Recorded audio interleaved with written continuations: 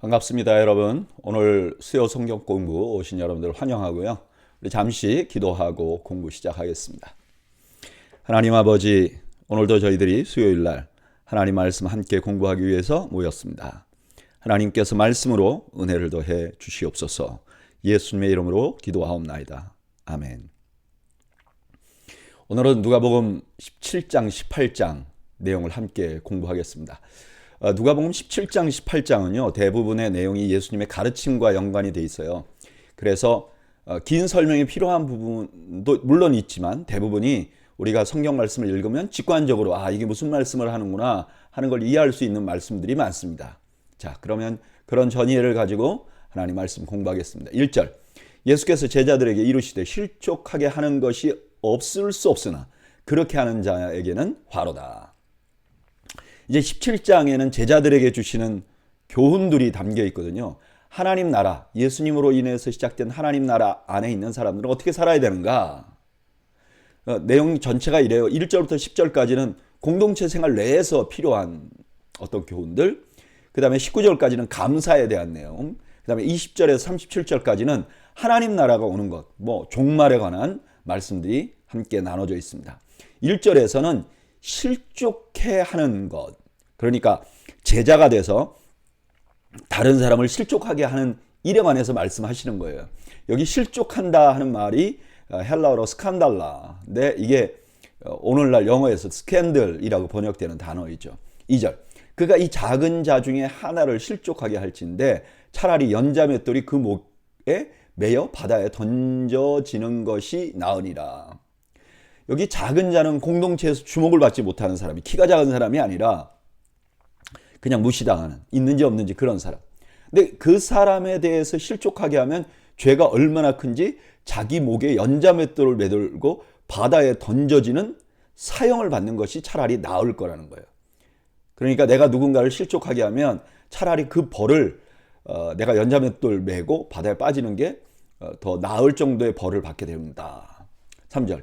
너희는 스스로 조심하라. 만일 내 형제가 죄를 범하거든 경고하고 회개하거든 용서하라. 만일 하루에 7번이라도 내게 죄를 짓고 7번 내게 돌아와 내가 회개하노라 하거든 너는 용서하라 하시더라. 이제 3절 4절은 앞의 경우와 반대죠. 어떤 사람이 나에게 범죄를 했을 때 용서하라는 거죠. 근데 이 용서의 전제는 뭐냐면 회개예요. 회개하지 않았는데 무조건 그냥 용서해라. 그거는 성경의 가르침이 아니에요. 그리고 여기 조심해야 될 건 뭐냐? 죄를 범하는 대상이 자신일 경우에 자신이 용서하는 거예요. 근데 다른 사람, 내 친구에게 죄를 졌는데 내가 대신 용서하는 건 안 돼요. 요즘 이런 일들 종종 있죠. 5절. 사도들이 주께 여짜오되 우리에게 믿음을 더하소서 하니 주께서 이르시되 너희에게 겨자씨 하날 만한 믿음이 있었더라면 이 뽕나무더러 뿌리가 뽑혀 바다에 심기어라 하였을 것이요 그것이 너희에게 순종하였으리라. 이제 앞에 7번씩 70번씩 7번도 이제 용서하라고 하는 게 이게 믿음이 없이는 어렵잖아요. 그러니까 제자들이 우리에게 믿음을 좀 주십시오. 그랬더니 예수님께서 하시는 말씀 뭐죠? 믿음은 양이 아니야. 진짜 믿음만 있으면 가능한 거야. 그러면서 뽕나무는 여기 돌무화과인데 이게 뿌리가 굉장히 깊다 그래요. 그래서 이게 뽑히는 것도 어렵고 바다에 던진다는 건 정말 불가능한 일이죠. 그러니까 불가능한 일도 된다 하는 말씀을 하고 계시는 거죠. 7절. 너희 중 누구에게 밭을 갈거나 양을 치거나 하는 종이 있어 밭에서 돌아오면 그대로 곧 와서 앉아서 먹으라 말할 자가 있느냐? 도리어 그대로 내 먹을 것을 준비하고 띠를 띠고 내가 먹고 마시는 동안에 수종 들고 너는 그 후에 먹고 마시라 하지 않겠느냐? 명한 대로 하였다고 종에게 감사하겠느냐? 이와 같이 너희도 명령을 받은 것을 다 행한 후에 이르기를 우리는 무익한 종이라 우리가 하여야 할 일을 한 것뿐이라 할지니라. 이 비유는 믿음을 더해가지고 큰 일을 한번 해보고자 하는 제자들에게 한 말이죠. 뭐라 그러는죠? 핵심은 그냥 네가 할 일을 한 것뿐이야. 그거 가지고 공치사하지 마. 이렇게 말씀하시는 거죠. 오늘 본문에는 예수님의 가르침을 담고 있어요. 제일 먼저 말한 거는 공동체 안에 연약한 자들을 실족하게 하는 거. 대해서 말씀하시고 그 다음에는 자기에게 죄 지은 사람에 대해서 우리가 어떻게 대할 것인가. 근데 이게 쉽지 않아요. 그러니까 제자들이 믿음을 더해달라고 요청을 했죠. 그 요청에 주님의 대답은 두 가지였어요. 첫째는 믿음은 크기가 아니라 진짜 믿음이 있으면 그렇게 할 수 있다. 두 번째, 믿음을 크게 가지고자 하는 그 마음속에 욕심이 있는 거죠. 내가 큰 믿음을 가지면 하나님 앞에 뭐 큰 뭔가를 보상을 받지 않을까. 그러지 말라는 거예요. 핵심 뭐죠? 너는 종인 것을 기억하지 말라. 기억하라는 거죠. 저는 이 말씀 묵상하면서 마지막 말씀이 마음에 남아요. 여러분, 우리는 뭔가 주님을 위해서 헌신하고 나면요, 그걸 자랑하고 싶으면 미칩니다. 제일 수준이 낮은 사람은 어때요? 자기 입으로 말해요. 내가 이거 했어, 이렇게. 근데 제가 보면요, 그런 일을 많이 한 사람은 자기가 한 거 자랑 안 해요. 그러니까 어쩌다 한 사람이 자기 입으로 막 말해요. 깊이가 없는 거죠. 조금 수준이 있는 사람은 은근히 말해요. 자기가 그런 일을 여러 번 했는데 이거 정도는 알아줬으면 좋겠다, 은근히 말해요. 제일 고수는요, 자기 말 안 하면서 다른 사람이 말할 수 있도록 분위기를 만드는 거죠. 이렇게 만들기 위해서 자기가 지나치게 낮춰요. 저는 절대로 그런 사람이 아니에요, 이러면서 낮춰요. 그렇게 낮추면 다른 사람이 뭐라 그러죠? 그래도 괜찮아요, 이런 말을 들으려고 그러는 거죠. 제가 왜 이걸 너무 잘하느냐? 제가 그래요. 이 세 가지 모습이 다 있어요. 여러분, 우린 종입니다. 그냥 우리가 해야 할 일을 한 것뿐이에요. 저는 여러분들이 하는 일을 드러내지 않는 지혜가 있기를 바라요. 어떻게 보면 그런 선한 일을 너무 많이 해서 그냥 내가 그걸 말할 필요가 없는 인생을 살면 제일 좋을 것 같아요. 저는 여러분들이 그런 은혜를 누리시기를 주님의 이름으로 축원합니다. 이제 다른 에피소드가 시작되죠. 11절. 예수께서 예루살렘으로 가실 때 사마리아와 갈릴리 사이로 지나가시다가 한 마을에 들어가시니 나병 환자 10명이 예수를 만나 멀리 서서 소리 높여 이르되 예수 선생님이여 우리를 불쌍히 여기소서 하거늘 보시고 이르시되 가서 제사장들에게 너희 몸을 보이라 하셨더니 그들이 가다가 깨끗함을 받은지라. 10명의 나병 환자가 등장을 해요. 나중에 뒤에 보면 이 10명 중에 9명은 유대인이고 1명은 사마리아 사람이에요. 이 둘은 원수예요. 근데 나병이 걸리니까 이게 하나가 되는 거죠. 너도 부정하고 나도 부정하니까 유대인인 것과 사마리아인인 게 아무런 구분이 없는 거예요. 어쨌든 이 사람들을 예수님이 고쳐주시죠. 15절.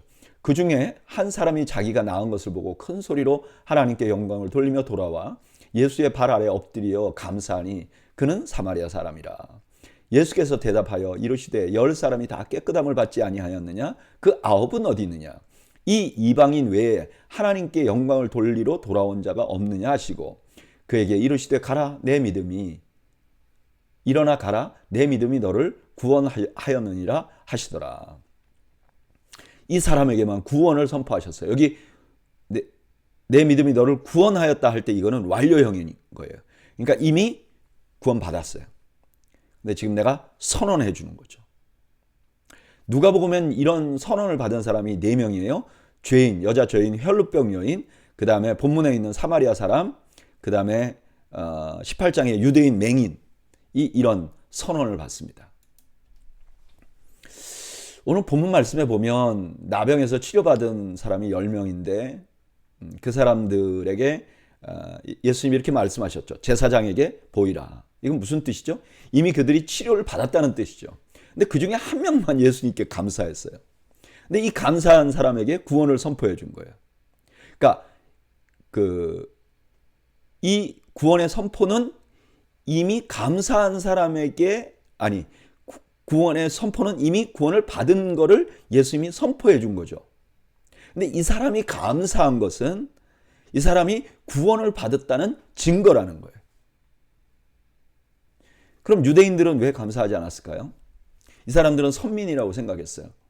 그러니까 이런 그 특혜를 받는 게 당연하다고 생각한 거죠.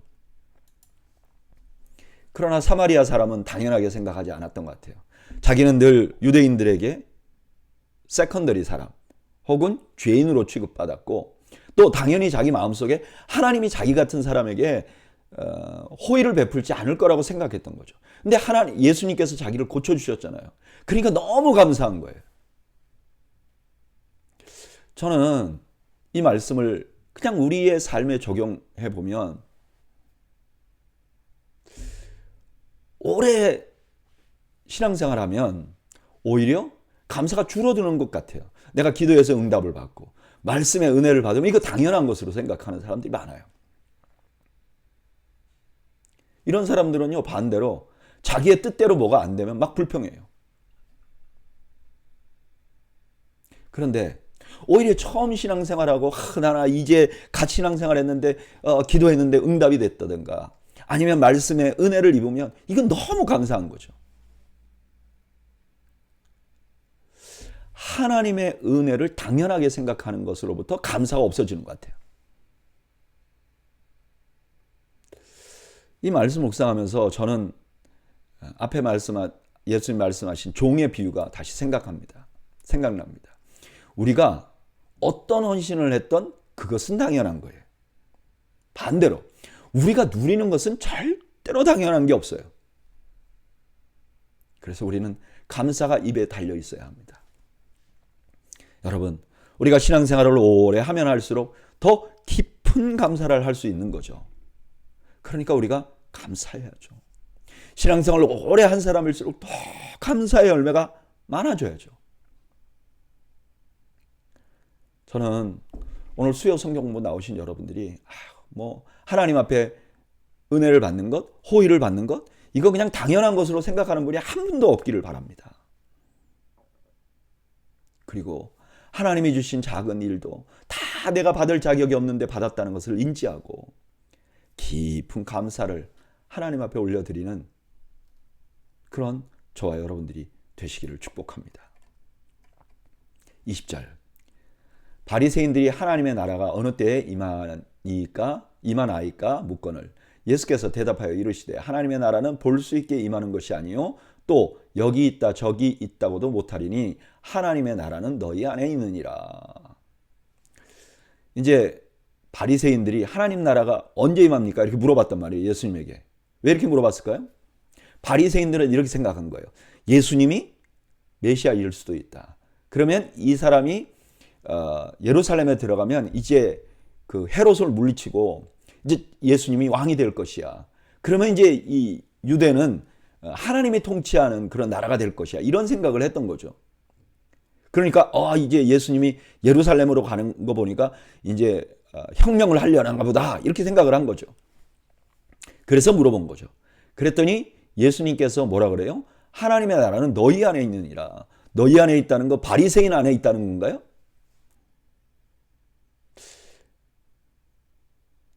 오히려 이 말은 이런 뜻이죠. 하나님의 나라는 너희 안에 있다는 건 그 너희 안에 있는 존재가 누구죠? 예수님이잖아요. 그러니까 이렇게 말하는 거예요. 하나님의 나라는 예수님 자신의 인격과 사역을 통해서 임하고 있다. 너희들이 생각하는 것처럼 정치적으로 임하는 게 아니다. 이거는 믿음의 눈으로만 볼 수 있다고 말씀하시는 거죠. 22절, 또 제자들에게 이르시되 때가 이르리니 너희가 인자의 날 하루를 보고자 하되 보지 못하리라. 사람이 너희에게 말하되 보라 저기 있다 보라 여기 있다 하리라. 그러나 너희는 가지도 말고 따르지도 말라. 번개가 하늘 아래 이쪽에서 번쩍이요 하늘 아래 저쪽같이 비침같이 인자도 자기 날에 그러하리라. 이제 그 바리새인들과 말하다가 종말에 대해서 얘기를 하다가 하나님의 나라에 대해서 얘기하다가 제자들에게 말하는 거예요. 제자들에게 뭐라 그래요?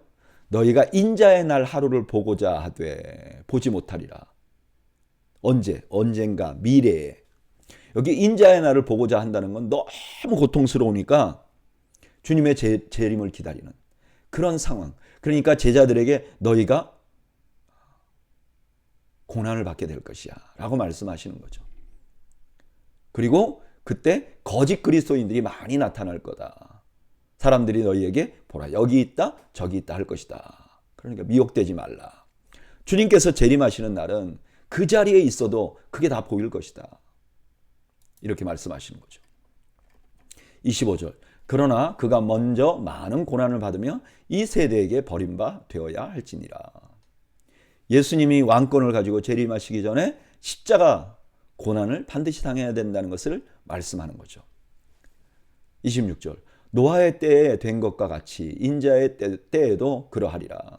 노아가 방주에 들어가던 날까지 사람들이 먹고 마시고 장가들고 시집가더니 홍수가 나서 그들을 다 멸망시켰으며 또 롯의 때와 같으리니 사람들이 먹고 마시고 사고 팔고 심고 집을 짓더니 롯이 소돔에서 나가던 날에 하늘로부터 불과 유황이 비오듯 하여 그들을 멸망시켰느니라. 인자가 나타나는 날에도 이러하리라. 한마디로 말하는 뭐죠?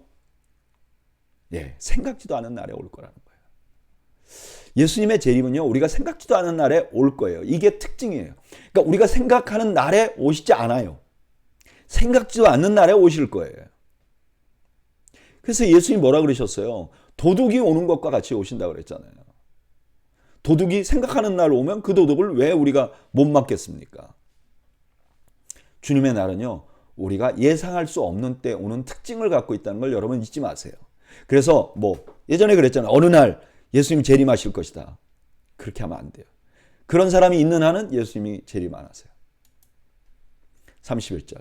그날에 만일 사람이 지붕 위에 있고 그의 세간이 그 집 안에 있으면 그것을 가지러 내려가지 말 것이요. 밭에 있는 자도 그와 같이 뒤로 돌이키지 말 것이니라. 롯의 철을 기억하라. 무릇 자기 목숨을 보존하고자 하는 자는 잃을 것이요 잃는 자는 살리라. 이런 종말에 가장 유의해야 될 건 뭐냐? 물질에 대한 욕심이라는 거예요. 물질로 인하여 자기 목숨을 보존하려고 하는 사람은 잃어버릴 것이고, 그러나 그 물질을 포기하는 자는 살 것이다. 이렇게 말씀하시는 거죠. 34절. 내가 너희에게 이르노니 그 밤에 둘이 한 자리에 누워 있음에 하나는 데려감을 얻고 하나는 버려둠을 당할 것이요. 두 여자가 함께 맷돌을 갈고 있음에 하나는 데려감을 얻고 하나는 버려둠을 당할 것이니라. 36절 없음. 그들이 대답하여 이르되 주여 어디 오니이까? 이르시되 죽음이 있는 곳에는 독수리가 모이느니라 하시니라. 여기 36절이 없다고 되어 있는데 다른 사본에는 이런 말이 있어요. 그때 두 사람이 밭에 있음에 하나는 데려감을 당하고 하나는 버려둠을 당할 것이요. 이렇게 없음은 제가 여러 번 말씀드리지만 이 내용이 많은 곳에 있는데 메이저 사본에 없으면 없음이라고 해요. 그러니까 저는 이런 성경 구절을 보면서 아니 없는데 뭘 없음이라고 써. 없으면 그냥 없는 거지. 그러면 35절, 37절 이렇게 되면 되는데 왜 36절에 없음이라고 했는가? 작은 사본들은 많이 있는데 메이저 사본에 없어요. 그러면 이게 없는 거로 보아야 맞다 해서 36절 없음. 그러나 있을 수도 있다. 그러니까 성경이 이만큼 정확한 거죠. 제자들이 그 다음에 그런 심판이 어디에서 일어날 것입니까? 라고 물어봐요. 그랬더니 뭐라 그러죠? 죽음이 있는 곳에 독수리가 모인다. 이건 무슨 뜻이죠? 마치 시체가 있는 곳에 독수리가 모이는 것처럼 죄가 있는 곳에 심판을 받아야 할 곳에는 어디나 임한다. 이렇게 말씀하시는 거죠. 오늘 본문은 종말에 대한 예수님의 가르침을 담고 있어요. 시작은 바리새인이 질문한 거죠. 그에 대해서 예수님의 대답은 뭐죠? 하나님의 나라는 예수님의 인격과 사역에서 온다. 그리고 제자들에게 예수님께서 다시 오실 날에 대한 말씀을 하십니다. 예수님이 십자가 고난을 지나고 나면 제자들도 고난을 당할 거예요. 그리고 그 후에 어느 날 주님이 온 세상에 임할 거예요. 그때는 구분이 일어날 거예요. 어떤 사람은 구원을 얻고 어떤 사람은 버려둠을 당할 거예요. 그때 유의해야 될 것은 땅에 집착하지 말라는 거예요. 만약에 물질에 매여 있으면 롯의 처와 같이 될 것이라는 거예요. 지금 주님께서 제자들에게 여러 말씀을 하셨는데 가장 하고 싶은 말씀 중에 하나가 이거였을 것 같아요. 종말을 사는 제자들이 가장 조심해야 할 것은 무엇인가? 이 땅에 집착하지 않는 거죠. 이 땅의 것이 나를 살릴 거라고 생각하지 않는 거죠. 여러분, 이게 뭐 그러면 돈도 벌지 말고 그냥 아무렇게나 살아라, 뭐 어떤 이단들이 말하는 것처럼 재산 다 팔아가지고 주님 앞에 오라, 그런 뜻이 아니에요. 주님이 오시는 그날까지 우리가 열심히 일을 해야죠. 열심히 살아야죠. 그런데 이렇게 사는 것이 나를 살릴 것이다, 거기에 내 생명을 걸고 집착하지는 않아야 한다는 거예요. 내가 이 땅에 열심히 살지만 내 생각과 내 삶, 내가 지향하는 바는 하나님의 나라를 바라봐야 된다는 거예요. 주님이 지금을 통치하고 있다는 것을 믿고 살아가야 한다는 거예요. 주님의 나라가 이 땅에 임할 것을 기대하며 살아야 한다는 거예요. 그러면 우리가 물질을 가지고 있고 또 내가 재산을 축적하는 이것들이 다르게 보일 거라는 거예요. 저는 우리가 이 땅을 살면서 하나님의 나라 가치관을 잊지 않아야 합니다. 그리스도인은 누구냐? 이 땅에 살면서 하늘의 가치를 가지고 살아가는 사람들입니다. 저는 여러분들이 아무도 이 땅에 매여 영원한 축복을 놓치는 분이 한 분도 없기를 주님의 이름으로 축원합니다. 자, 18장. 18장의 시작은 기도로 시작합니다. 종말에 물질에 붙들리지 않아야 됩니다. 거기에 집착하면 안 됩니다. 그럼 우리가 어떻게 살아야 되죠? 에 대한 답을 지금 주는 거죠. 1절. 예수께서 그들에게 항상 기도하고 낙심하지 말아야 할 것을 비유로 말씀하여. 이 비유의 핵심이 뭐냐? 기도하면서 낙심하지 말라는 거죠. 2절. 이르시되 어떤 도시에 하나님을 두려워하지 않고 사람을 무시하는 한 재판장이 있는데 그 도시에 한 과부가 있어 자주 그에게 가서 내 원수에 대한 나의 원한을 풀어주소서 하되 그가 얼마 동안 듣지 아니하다가 후에 속으로 생각하되 내가 하나님을 두려워하지 않고 사람을 무시하나 이 과부가 나를 번거롭게 하니 내가 그 원한을 풀어주리라. 그렇지 않으면 늘 와서 나를 괴롭게 하리라 하였느니라. 귀찮아서라도 들어준다는 거죠. 악한 사람도. 6절.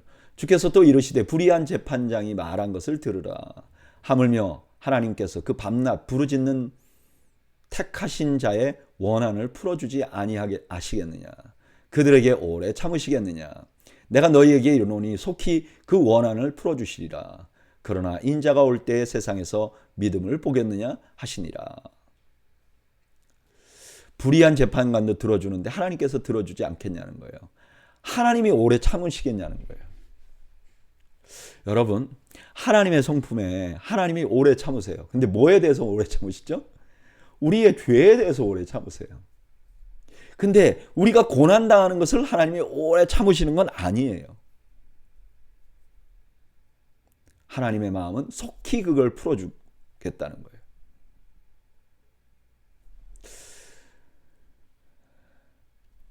그러나 인자가 올 때 세상에서 믿음을 보겠느냐. 이 믿음은 뭐죠? 뭐에 대한 믿음이죠? 하나님이 그런 분이라는 것에 대한 믿음. 그죠? 이런 믿음을 가지고 있어야 되는데 이런 믿음을 갖고 있는 사람이 없을 거라는 거예요. 하나님이 내가 이렇게 기도하는데 하나님이 이렇게 오래 참으신단 말이야? 이렇게 안 들어주신단 말이야? 이런 생각하는 사람이 대부분일 거라는 거예요. 9절. 또 자기를 의롭다 믿고 다른 사람을 멸시하는 자들에게 이 비유로 말씀하시되 두 사람이 기도하러 성전에 올라가니 하나는 바리새인이요 하나는 세리라. 이제 기도에 대한 또 좀 다른 내용인데 이제 인내하면서 하나님을 신뢰하고 끝까지 기도하라는 거와 또 하나는 뭐냐면은 기도에 대한 자세를 설명하는 거죠. 자세가 어떠냐? 여기 보면 자기를 의롭다고 믿는 사람들이 나옵니다. 그 핵심은 바리새인인 증거. 11절. 바리새인은 서서 따로 기도하여 이르되 하나님이여 나는 다른 사람들 곧 토색, 불의, 간음하는 자들과 같지 아니하고 이 세리와도 같지 아니함을 감사하나이다. 나는 일회에 2번씩 금식하고 또 소득에 11조를 드리나이다 하고. 바리새인은 따로 서서 기도했다 그랬어요. 서서 따로 기도했다는 거예요. 왜 그러죠? 부정해지지 않으려고. 그리고 기도의 내용을 보면 다 자기 자랑이에요. 13절. 세리는 멀리 서서 감히 눈을 들어 하늘을 쳐다보지도 못하고 다만 가슴을 치며 이르되 하나님이여 불쌍히 여기소서 나는 죄인이로소이다 하였느니라. 내가 너희에게 이르노니 이에 저 바리새인이 아니고 이 사람이 의롭다 하심을 받고 그의 집으로 내려갔느니라. 무릇 자기를 높이는 자는 낮아지고 자기를 낮추는 자는 높아지리라 하시니라. 여기 불쌍히 여겨달라는 것은 어떤 의미냐면요, 자기 죄를 덮어달라는 거. 내가 죄인입니다. 내가 이대로는 하나님 앞에 설 수 없습니다. 하나님의 자비의 날개로 또는 하나님의 옷자락으로 나를 덮어주십시오. 그러면 내가 하나님 앞에 설 수 있습니다. 이렇게 말한다는 거죠. 오늘 본문은 기도에 대한 가르침을 주세요.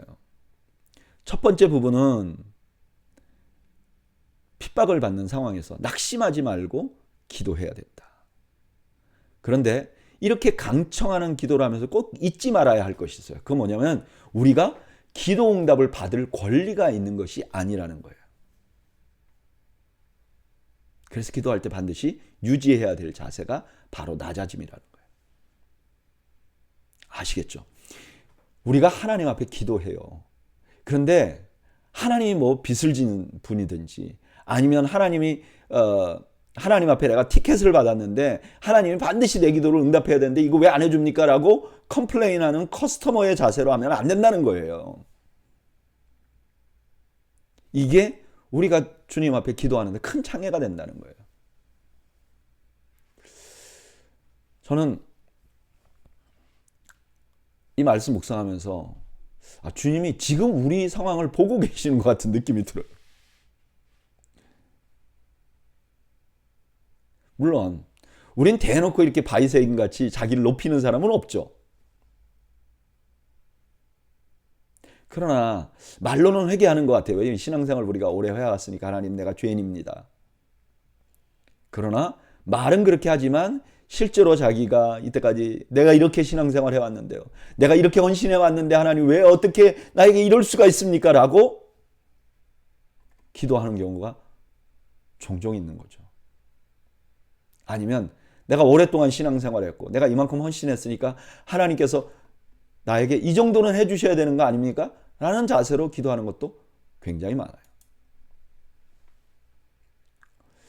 심지어 저는 대표 기도하면서 설교하는 논조로 기도하는 것도 많이 봤어요. 예를 들면 이런 거죠. 하나님,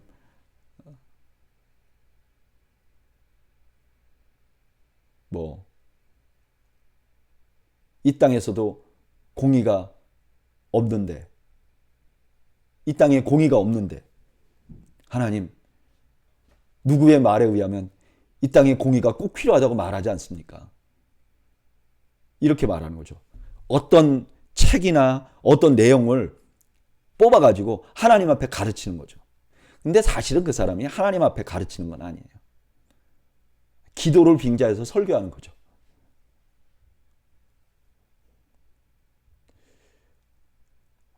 저는 이런 기도 하는 분들의 기도에 이제 공동 기도할 때 그런 기도를 하면 소름이 끼쳐요. 너무너무 두려워요.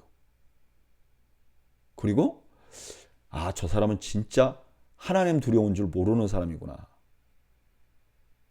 그래서 그런 사람 가까이 안 합니다. 어쩔 수 없이 같이 대하기는 하지만 심정적으로 가까이 안 해요. 왜냐? 그럼 나도 망하거든요. 여러분, 우리가 기도할 때요, 강청해야 돼요. 하나님 앞에 간절히 아뢰어야 돼요. 그러나 잊지 말아야 할 것은 낮아진 자세에서 기도해야 돼요. 바닥을 팍팍 끼워야 돼요. 하나님 앞에 납작 엎드려야 돼요. 하나님, 내가 하나님 앞에 이렇게 말할 자격도 없고 권리도 없음을 고백합니다. 나는 그냥 하나님이 지금 죽여도 하나님의 공의에 아무런 해가 되지 않을 존재인 걸 압니다. 그러나 하나님, 나를 불쌍히 여겨주세요. 하나님 마음에 있는 긍휼한 마음, 그거 의지합니다. 하나님 도와주세요. 낮아진 자세에서 기도해야 됩니다. 저는 오늘 수요 성경 공부 오신 여러분들이 정말 낮아진 자세에서 기도하시는 여러분들이 되시기를 바랍니다. 내가 기도하는 것, 내가 얻을 자격이 전혀 없어요. 내가 얻을 권리가 전혀 없어요. 그런데 하나님이 기도의 길을 열어주셨잖아요. 그러니까 매달리는 거죠. 이렇게 해야 환난을 지나갈 수 있는 거예요. 고난을 이겨낼 수 있는 거예요. 저는 여러분들이 그런 은혜를 누리시기를 주님의 이름으로 축원합니다. 15절. 사람들이 예수께 만져주심을 바라고 자기 어린 아기를 데리고 오매 제자들이 보고 꾸짖거늘 예수께서 그 어린 아이들을 불러 가까이 하시고 이르시되 어린 아이들이 내게 오는 것을 용납하고 금하지 말라. 하나님의 나라가 이런 자의 것이니라. 내가 진실로 너희에게 이르노니 누구든지 하나님의 나라를 어린 아이같이 받아들이지 않는 자는 결단코 거기 들어가지 못하리라 하시니라. 바로 전에 이제 낮아지는 거에 대해서 말씀하셨잖아요. 그 다음에 어린아이가 나오는 거죠. 그러니까 더 구체적으로 설명을 하는 거죠. 그 어린아이의 어떤 모습이냐? 하나님 나라를 받아들이지 않는 자. 어린아이같이. 어린아이가 내가 잘났어요 이렇게 하는 경우는 없잖아요. 부모한테 뭐 달라 그러는데 땡깡을 놓긴 놔도 뭐 권리를 요청하듯이 그렇게는 안 하잖아요. 부모가 나를 사랑한다는 거에 전제해서 요청하긴 하지만 권리를 달라고 성인처럼 그렇게 하진 않잖아요. 그렇게 낮아진 자, 어린 자, 이런 자들이 하나님 나라에서 기도 응답을 받을 수 있다는 거죠.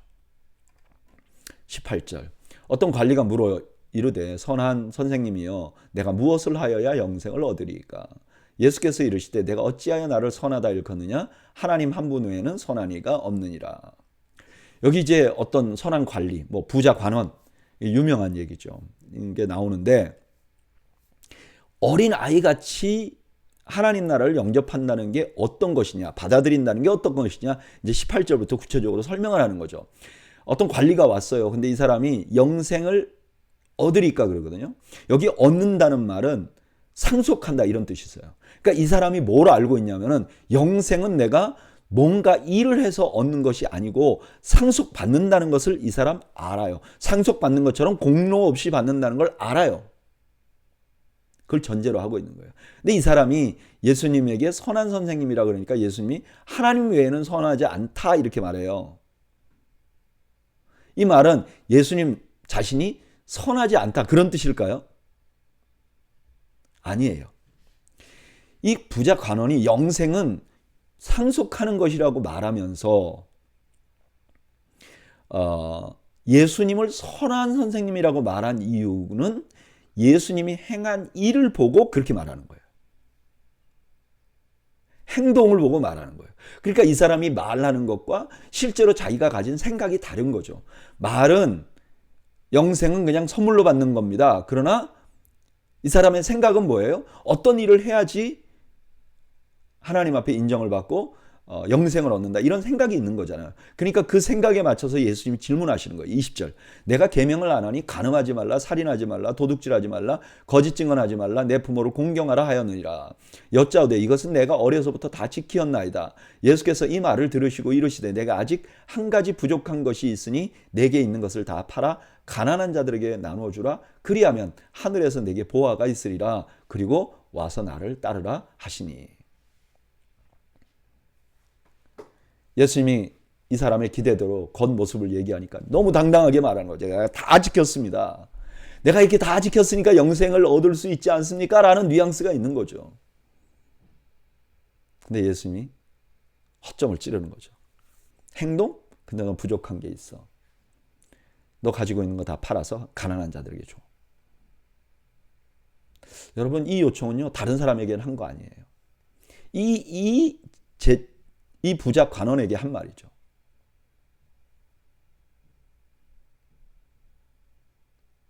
그리고 그것을 실천하면 너는 나의 제자가 될 수 있어 나를 따르라. 엄청난 초청을 하는 거죠. 23절. 그 사람이 큰 부자이므로 이 말씀을 듣고 심히 근심하더라.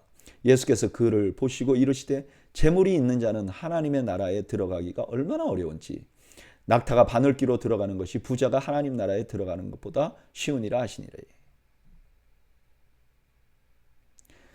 재물의 마음이 붙들려 있는 사람은 하나님의 나라에 들어가는 것이 불가능한 것처럼 보인다는 거예요. 마치 예수님께서 롯의 철을 들어서 설명한 내용과 아주 비슷한 거죠.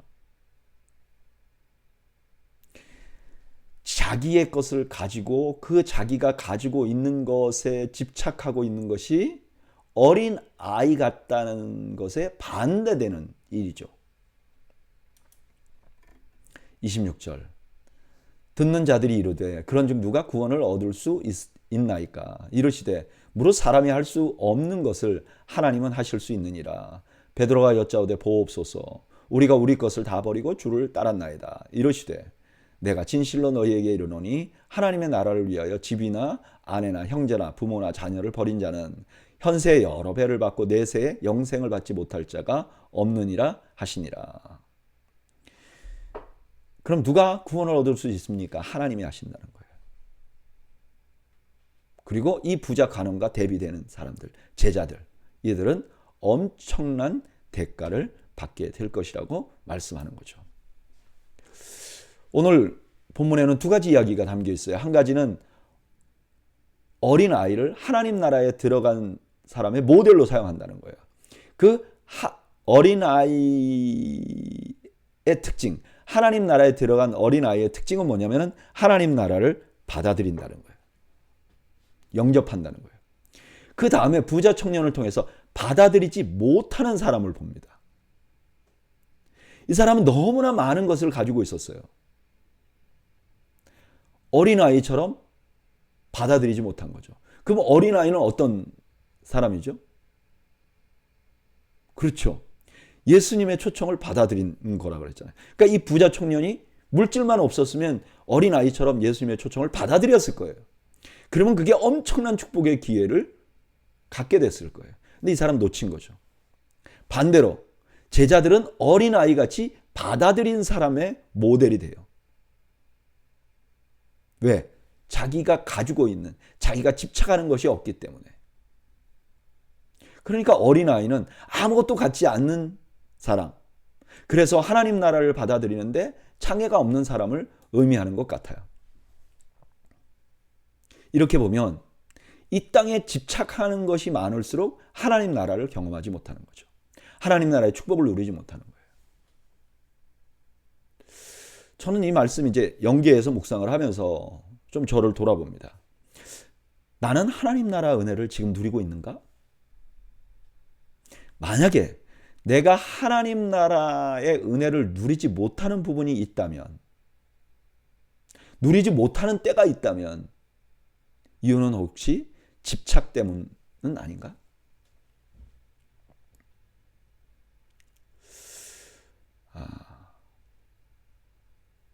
안타깝게도 저는 좀 그런 것 같아요. 때때로 주님과 친밀하게 교제하고 주님만 따르는 순수한 삶을 살고 싶거든요. 저는 항상. 근데 이런 것을 방해하는 것은 대부분 욕심과 집착이에요. 그게 심지어 내가 욕심 부리고 집착하는 것이 사역인 경우도 있어요. 신기하죠. 사역은 주님을 위해서 내가 헌신한 거잖아요. 근데 이것이 하나님 나라 안에서 주는 축복을 누리지 못하게, 이런 사역이라는 거 어떤 특징적인 일이 내가 하나님 앞에 순수하게 살아가는데 방해가 되는 경우가 있다는 거예요.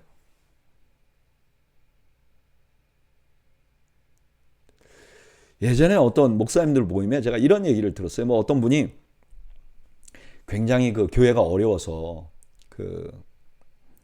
뭐라 그러죠? 그 고민을 목사님들 사이에서 내놨어요. 근데 어떤 목사님이 이렇게 말하는 거예요. 목사님, 왜 이렇게 순진해? 이렇게 말하는 거예요. 뭐 이 목사님 하시는 말씀도 이해가 되고 또 나눈 분의 그 상황도 다 이해가 되고 이게 뭐 누가 좋고 나쁜 거는 아닌데 아 목회자가 목회를 하는데도 순진하다는 거, 순전하다는 거 이게 장애가 되나?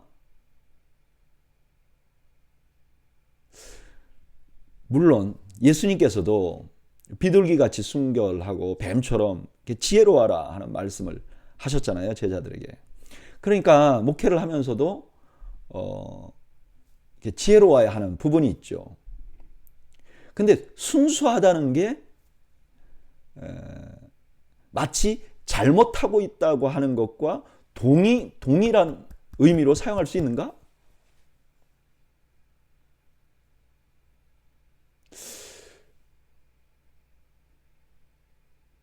그건 아닌 것 같아요.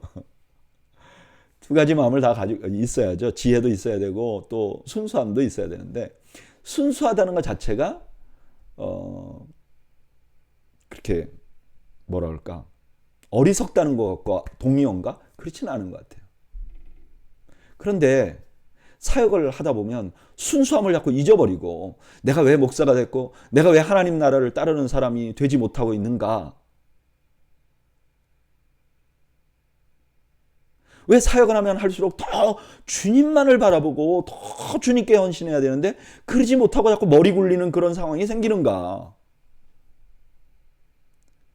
이거는 문제라는 거예요. 이것이 마치 부자 청년 같은 그런 현상을 우리에게 줄 수도 있다는 거예요. 그래서 더 큰 사역을 하면서 더 큰 하나님의 은혜를 내가 놓치는 은혜를 받는 기회를 놓치는 경우가 있지 않을까 하는 생각을 해봅니다. 여러분 다시 말하지만 우리가 이 땅의 것을 갖는 것 이 땅의 것을 성취하는 것을 성경이 반대하거나 예수님 반대하지 않습니다. 그러나 거기에 집착해서 하나님께서 주신 더 큰 은혜를 놓치는 일이 있어서는 안 될 거예요.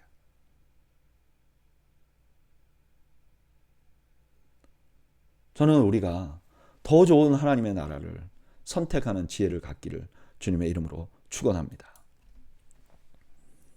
31절 예수께서 12제자를 데리시고 이르시되 보라 우리가 예루살렘으로 올라가노니 선지자들을 통하여 기록된 모든 것이 인자에게 응하리라.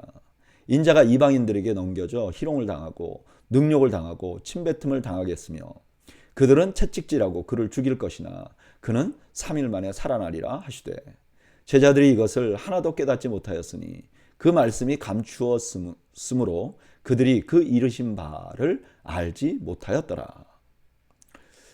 이제 예수님께서는 자신의 순환과 부활을 예언하십니다. 그런데 제자들이 몰라요. 이유는 제자들이 무지한 것도 있지만 하나님의 말씀이 감추어져 있었기 때문입니다. 35절 여리고에 가까이 가셨을 때 한 맹인이 길가에 앉아 구걸하다가 무리가 지나감을 듣고 이 무슨 일이냐 물었는데 그들이 나사렛 예수께서 지나가신다 하니 맹인이 외쳐 이르되 다윗의 자손 예수여 나를 불쌍히 여기소서 하거늘 앞서가는 자들이 그를 꾸짖어 잠잠하라 하되 그가 더욱 크게 소리질러 다윗의 자손이여 나를 불쌍히 여기소서 하는지라. 잘 보지 못하는 제자들의 모습이 나왔잖아요. 그 다음에 맹인이 나와요. 그러니까 이 둘이 좀 겹쳐지는 거죠. 근데 이 사람은 맹인은 육신의 눈은 멀었지만 영의 눈은 뜨고 있어요. 그래서 예수님을 다윗의 자손 예수여라고 해요. 그리고 계속 끈질기게 기도해요. 이제 기도에 대한 내용과 다 연관이 되는 거죠. 40절 예수께서 머물러 서서 명하여 데려오라 하셨더니 그가 가까이 오매 물어 이르되 내게 무엇을 하여 주기를 원하느냐 이르되 주여 보기를 원하나이다. 예수께서 그에게 이르시되 보라 내 믿음이 너를 구원하였느니라 하시매 곧 보게 되어 하나님께 영광을 돌리며 예수를 따르니 백성이 다 이를 보고 하나님을 찬양하니라. 자, 이 사람이 눈을 뜨기를 원하잖아요. 그래서 간절히 기도했어요. 하나님께. 그 목적이 뭐죠? 세상을 보기 위하여? 세상을 얻기 위하여가 아니에요. 이 사람이 눈을 뜨고 나서 어떻게 해요? 제자가 됐어요. 그래서 이 사건은 지금 제자들이 예수님께서 십자가 지는 걸 이해하지 못하지만 어느 순간이 되면 예수님이 그들의 영안을 열어서 이걸 다 이해할 수 있도록 해 주실 거라는 것도 포함되어 있지만, 또 하나, 우리가 하나님 앞에 간절히 기도하는데 그 기도하는 목적이 무엇인지, 내가 이 땅의 것을 집착해서 기도하는지, 예를 들면 이 맹인이 내가 눈을 뜨면 그 다음에 비즈니스를 해서 돈을 많이 벌 텐데 이 눈 때문에 내가 안 되는데 이 눈을 제거해 주십시오, 이건지, 내가 하나님을 위해서 살고 싶은데 눈이 안 보여가지고 하나님의 나라를 위해서 살지 못하는데 눈을 뜨게 됐어. 그러니까 당연히 그냥 예수님을 따라다니면서 하나님께 영광을 돌린 건지, 이것을 우리에게 또한 보게 하시는 거죠. 여러분, 우리가 하나님 앞에 기도하잖아요. 근데 그걸 왜 하느냐 말이에요. 진짜 왜 하느냐 말이에요. 내 자존심, 내가 원하는 걸 얻기 위하여, 내가 어깨에 힘을 넣기 위하여, 그건지, 아니면 진짜 하나님의 영광을 위해서인지 볼 수 있어야 된다는 거죠. 오늘 본문에는 예수님의 순환과 부활을 전혀 이해하지 못하는 제자들의 모습이 나타납니다. 그 뒤를 이어서 주님께서 소경의 눈을 뜨게 하신 사건이죠. 이 사람은 육체의 눈은 멀었어요. 그러나 영안은 열려 있었어요. 주님은 그 눈을 뜨게 해주십니다. 그리고 주님을 따릅니다. 여러분, 주님을 따른 사람 누구죠? 제자잖아요. 그러니까 지금 이 소경은 제자와 하나가 되도록 합니다. 그래서 결국 주님께서는 제자들의 눈을 열어주실 것이고, 주님이 그들을 참 제자를 만들어 가실 것이다 하는 것을 보여주는 거죠. 저는 이런 말씀 들으면 소망이 생겨요. 결국 언젠가는 영안이 열리고 주님을 놀랍게 알게 될 것입니다.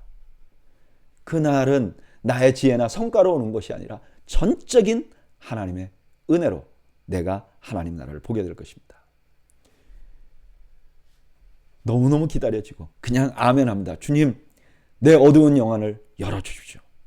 그래서 주님을 올바로 볼 수 있게 해주십시오. 그리고 주님을 따르게 해주십시오. 주님의 나라를 소망하게 해주십시오. 주님의 제자가 되게 해주십시오. 제가 왜 이 말을 강조하느냐. 여러분, 목사들은요, 그래, 언젠가 주님이 영안을 열어주시지. 그럼 내가 말씀이 열릴 거야. 말씀이 열리면 더 큰 은혜를 보겠지. 다른 목사님들이 보지 못한 어떤 하나님 말씀의 깊은 것을 보게 될 거야. 그걸 가지고 내가 설교를 하면 많은 사람들이 은혜를 받겠지. 그래 가지고 우리 교회가 부흥이 되겠지.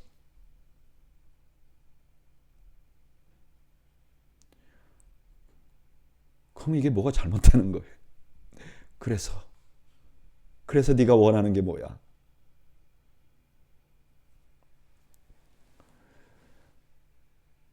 여러분, 주님은 우리의 기도를 들으시고 우리를 제자로 만들어 가실 것입니다. 우리가 해야 할 일은 주님이 주시는 그 은혜, 떡에 관심을 갖는 것이 아니라 그렇게 우리를 열어주시고 이끌어 오시고 기도를 들어주시는 그분을 위해서 어떻게 무엇을 할 수 있는가를 고민하고 이 땅의 것에, 하나님이 주신 것에 집착하여 우리의 영생을 잊어버리는 게 아니라 이 하나님께서 주신 것을 통하여 하나님께 영광을 돌리고 하나님이 기뻐하시는 삶을 사는 것이어야 되지 않겠습니까? 여러분, 지금 여러분들이 가지고 있는 것 모두가 다 하나님이 주신 것입니다. 저는 그것이 여러분들의 발목을 붙잡는 게 아니라 그것을 통하여 하나님께 더 감사하고 하나님을 높이는 간증을 하고 우리 자신이 하나님과 더 친밀해지는 그런 은혜의 방편이 되기를 주님의 이름으로 축원합니다. 기도하겠습니다. 하나님, 오늘 저희들이 주님 따라가는 제자로서의 삶을 다시 한번 돌아보게 됩니다. 주님, 우리가 진정한 의미의 지혜를 가져서 이 땅의 것을 집착하지 아니하고 하나님 나라를 바라보며 살아가는 우리 모두가 될 수 있도록 은총을 베풀어 주시옵소서. 예수님의 이름으로 기도하옵나이다. 아멘. 이상으로 오늘 수요 성경 공부를 모두 마쳤습니다. 여러분들 가정에 주님이 주시는 평강이 가득하시기를 주님의 이름으로 축원합니다. 감사합니다.